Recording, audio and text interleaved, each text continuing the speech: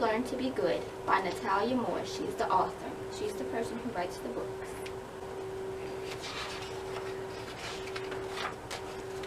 In a lonely wood, there lived a wolf, a rather naughty wolf. Everyone knows wolves are very big and very bad. They just can't help themselves. But Wolf was not like other wolves. He actually wanted to be good. Being well behaved was not easy for a wicked wolf. He tried and he tried, but nothing worked. It was quite lonely being a big, bad wolf. What happens if I never ever make a friend of my very own? The wolf grumbled.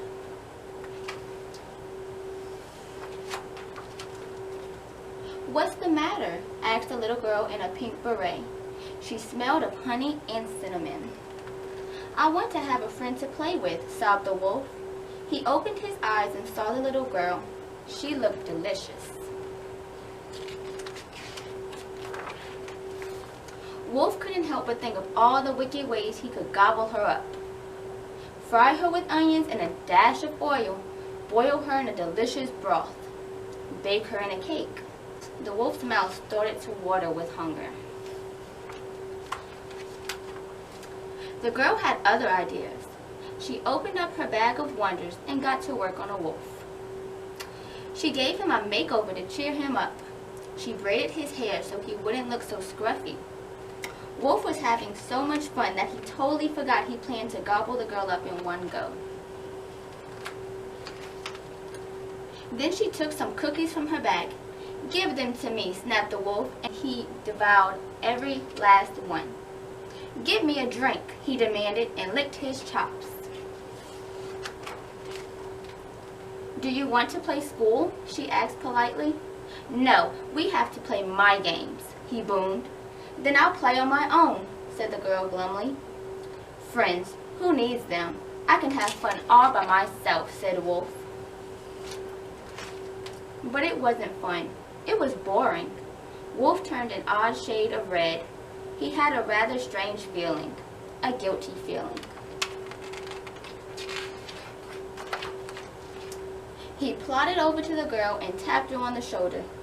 Sorry, he said sheepishly. The girl gave him a big hug, and they played with her toys. She even let Wolf play with Mr. Fudge, her most favorite toy. It was getting late and the girl needed to go home, so she picked up her bag and put Mr. Fudge in her pocket. Wolf took her to the edge of the lonely wood so she didn't have to go far on her own. She gave Wolf a big squeeze and waved goodbye.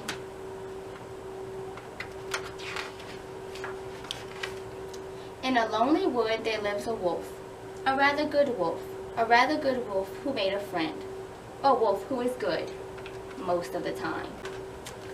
The end.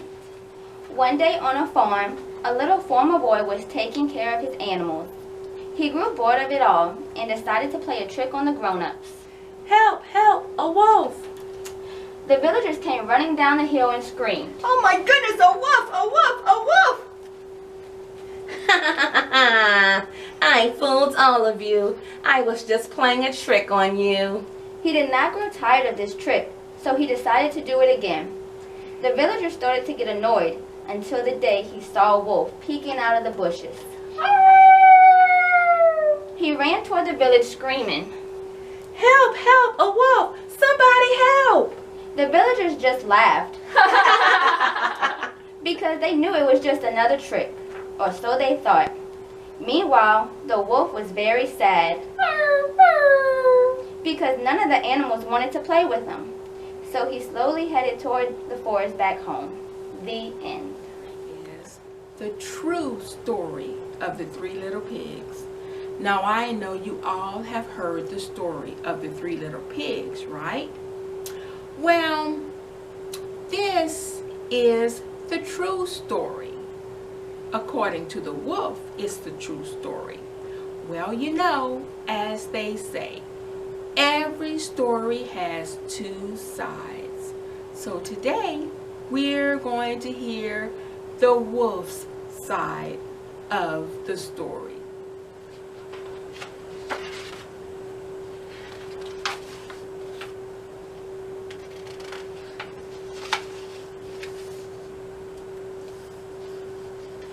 Everybody knows the story of the three little pigs, or at least they think they do.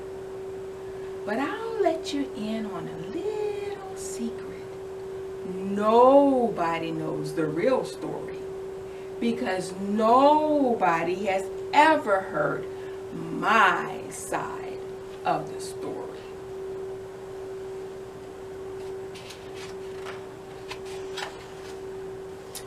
I'm the wolf, Alexander T. Wolf, but you can call me Al. And I don't know how this whole big bad wolf thing got started, but it's all wrong. Maybe it's because of our diet. Hey, it's not my fault that wolves eat cute little animals like bunnies and sheep and pigs. That's just the way we are. If cheeseburgers were cute, folks would probably think you were big and bad too.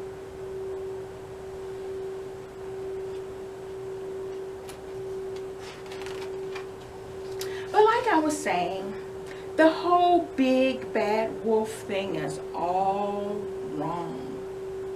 The real story is about a sneeze and a cup of sugar.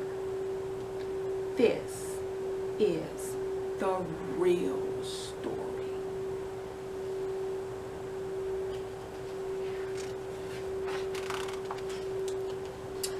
Way back in Once Upon a Time, I was making a birthday cake for my dear old granny. I had a terrible sneezing cold, and I ran out of sugar.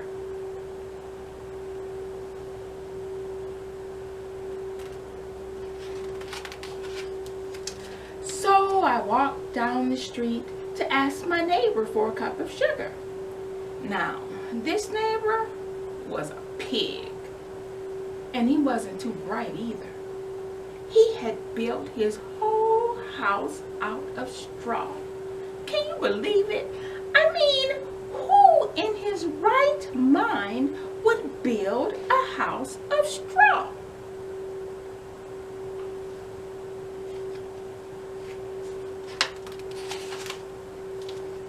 Of course, the minute I knocked on the door, it fell right in.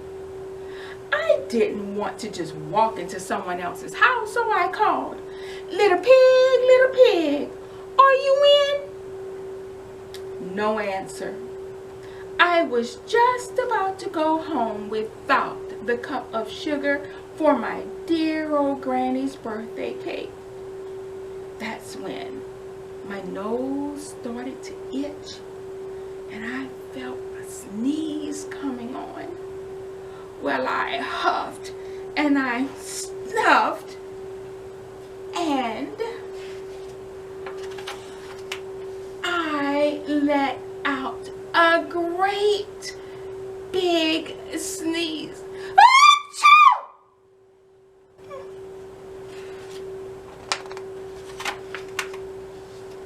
And you know what? That darn straw house fell down. And right in the middle of that pile of straw was the first little pig, dead as a doornail. He had been home the whole time. Well, it seemed like such a shame to leave a perfectly good ham for dinner lying there in the straw, so I ate it up.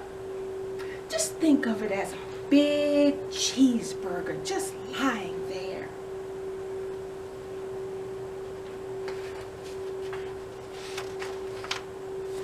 I was feeling a little bit better, but I still didn't have that cup of sugar.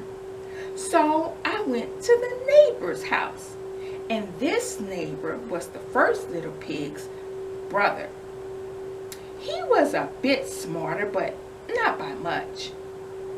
He had built his house of sticks. So I rang the bell to the stick house, and nobody answered. I called, "Mr. Pig, are you in?" He yelled back, "Go away, Wolf, you can't come in. I'm shaving the hairs on my chinny chin.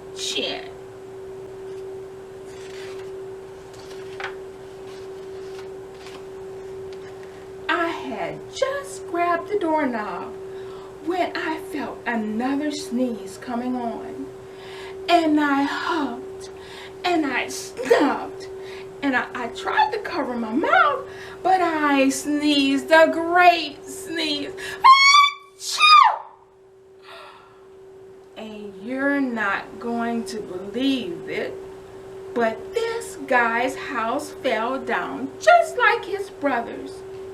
When the dust cleared, there was the second little pig, dead as a doornail. Wolf's honor.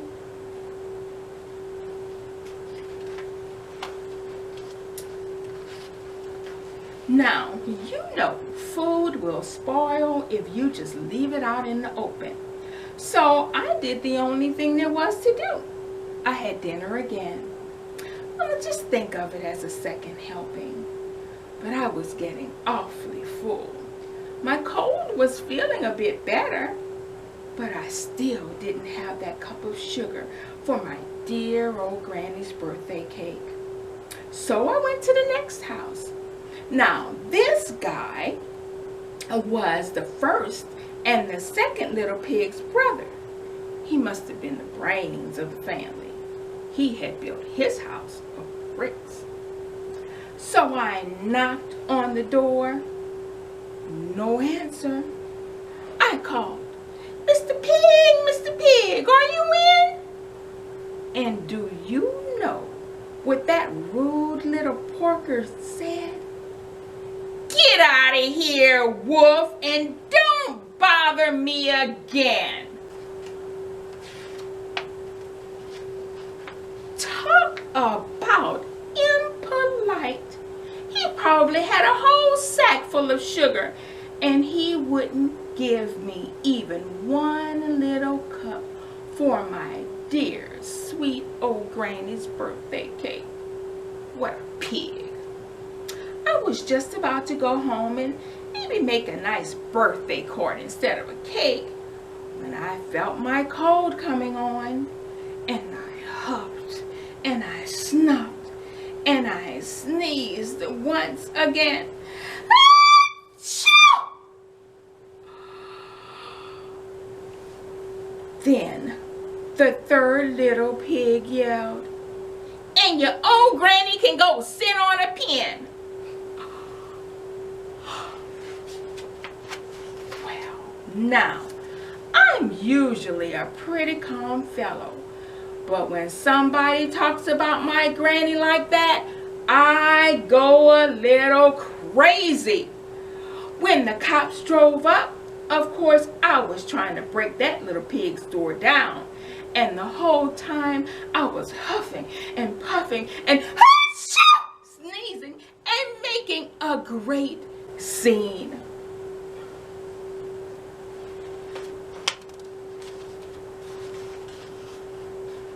The rest, as they say, is history. The news reporters found out about the two little pigs I had for dinner. They figured a sick guy going to borrow a cup of sugar didn't sound very exciting. So they jazzed up the whole story with all that huff and puff and blow your house down. And they made me the big bad wolf. That's it. The real story. I was framed.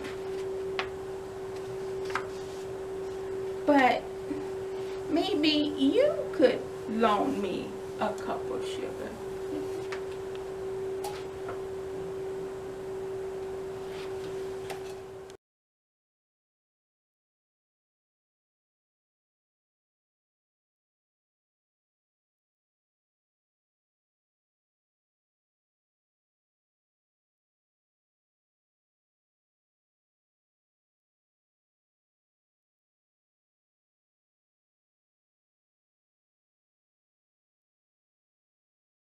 Okay, and now we're going to start our craft. Our craft today is a wolf mask.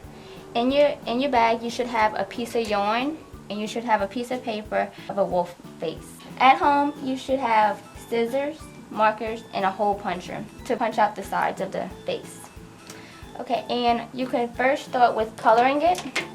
Whatever colors you prefer. I choose black and brown. And you can pause this video to color it, and you can cut it out after. Okay, and first, when it's done like this, we're going to hole punch them in the side. You're going to see some holes in the side. You're going to punch a hole in it right here and right here on both sides. And then we're going to grab the piece of yarn at the end. We're going to stick the thing like this, and then we're going to tie it.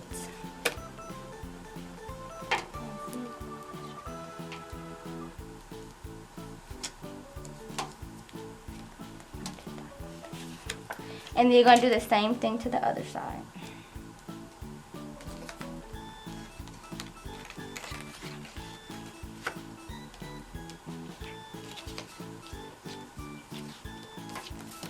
And this is the outcome right here. You're going to tie it on both sides. And if you need to cut it because it's too long, feel free to do that. And that's our craft. Thank you for watching.